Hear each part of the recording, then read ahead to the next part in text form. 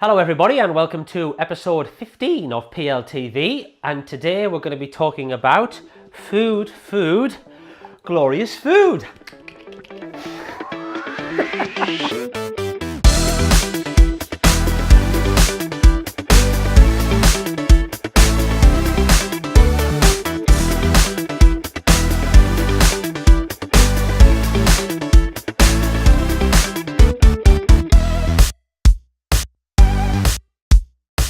So you'll know that I'm a big proponent of using toys, yeah, when you're training your dog. You know, toys are great. They allow you to get physical with the dog, and you can play a lot of games and get the dog running around and finding the toy.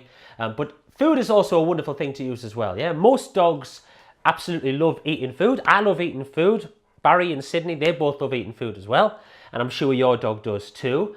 But food is something that we could be using a lot more in our dogs' lives to make our lives easier with the dog and to make our dogs' lives much more interesting as well. And there's two main ways that we can do that. So the main thing you need to think about with your dog's food, if at all possible, is that you need to throw away the dog's bowl.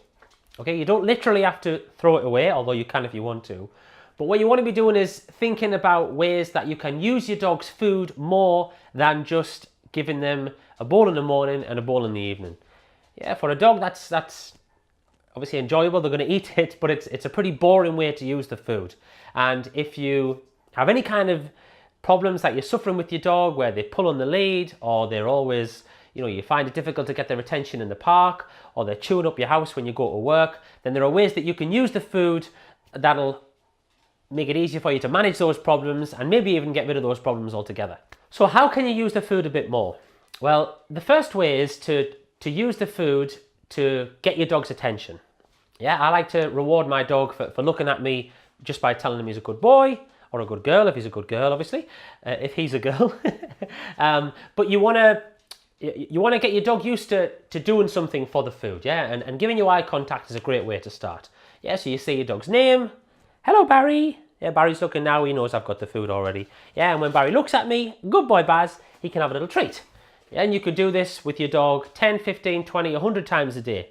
Once you're starting to get really good eye contact from your dog, then you can start thinking about using the food to do other things. Yeah, get them to settle down a little bit more. You know, if they get excited when people come to the house, you can use a bit of food to get them to sit, or to get them to do a down. Or if you're out in the park and your dog's constantly, obsessed with pheasants or other dogs, that kind of thing, then, keeping him on a long lead and trying to get his attention with some food is going to help you to keep the dog's focus on you, so you can enjoy your walk a little bit more. Same thing with heel work. Yeah, you can use food to lure your dog. Barry's jumped up there. Just a little piece of food which you can use to lure your dog.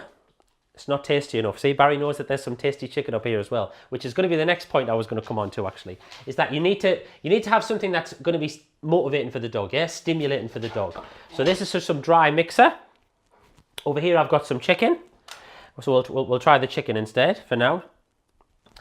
And if I can, not yet Barry, yep, so I can take the chicken, I can lure Barry, this one, I can lure Barry around like that into a heel position. Good boy Barry, clever boy. Yeah, and if I did that lots with Barry throughout the day, yeah, kept luring into a heel position, and then when he's doing it more and more, then I can start walking a little bit with him. Good boy Barry, good boy, that's a clever lad. Yeah, then we can start to teach our dog what we want him to do by using the food that we ordinarily would have just put in a bowl and given away for free. Yeah, this is getting our dog to earn the food a little bit more, or earn the food a lot more. You shouldn't feel bad about this. This is just basic dog training, is getting the dog to do stuff for things that they enjoy. And the other way that you can use the food is to provide some challenge for your dog.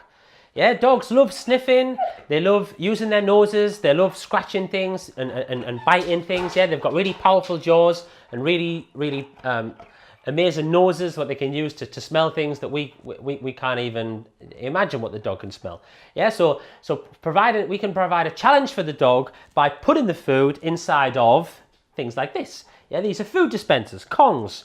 Lots of people have Kongs, but they don't, they just have them lying around the house, and they very rarely use them, I find, when I go to see clients and stuff.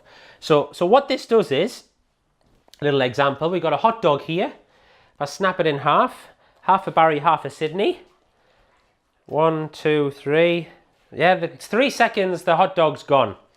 All right, but if I put the hot dog, if I put Sydney's half of the hot dog inside of a Kong like that, and I'll squeeze Barry's into this Kong here. Oh, hello, another freebie. Yes, you did well there, didn't you? Yeah, then this is going to keep them entertained for much, much longer. Yeah, and it's going to give them an opportunity to use their jaws and to sniff and to explore and to find things and to earn the food a little bit more. And we can also do this when we're not even here.